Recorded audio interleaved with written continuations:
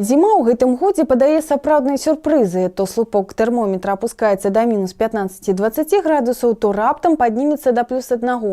І ўсё гэта суправаджаецца ападкамі ў выглядзе снегу і дажджу. Такое няўстойлівае надвор'е прыводзіць да крытычных наступстваў. Як у маразы зберагчы сябе ад перахаладжэння, а падчас пацяплення не стаць ахвярай галалёдзіцы, нам распавёў ураж-хірург Шклоўскай цэнтральнай раённай бальніцы Александр Савельев.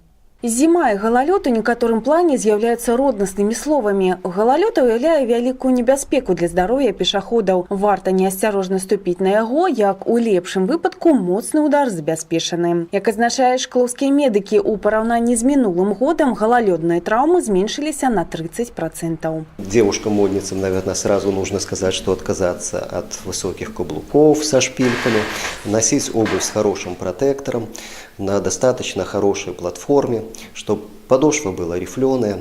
Если у кого не получается именно такую обувь приобрести, можно хотя бы к обычной обуви наклеивать лейкопластырь медицинский, он тоже защищает от гололеда.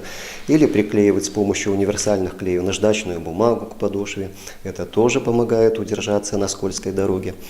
И таким образом меньше получать вот эти вот падения. А вот калі слупок термометра за окном опускаецца значна ніжэй за 0, без дадатковых мер абароны на вуліцу выходзіць нельга. Інакш можна атрымаць перахаладжэнне альбо адмаражэнне, што можа прывесці да зніжэння ахоўных сіл арганізма і развіццю розных прастудных захворванняў. Отморожение, если проводить аналогию с ожогами, имеет несколько степеней.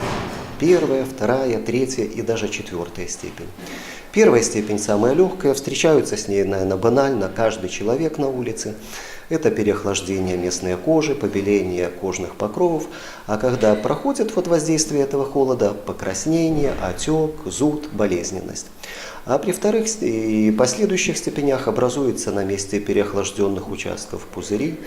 Вторая степень – это серозный эксудат прозрачный, третья степень – геморрагический эксудат, четвертая степень – это повреждение всей кожи и подлежащих тканей. Як правило, адмаражэнні ўзнікаюць пры адсутнасці абароны. Часцей за ўсё пакутаюць адкрытыя альбо слаба абароненыя участкі цела – кісці рук, ступні, нос, вушы. Если мы заметили, что побелела щека, то если это только небольшенькое начало болезни, то можно аккуратно растирать рукой, можно растирать спиртом.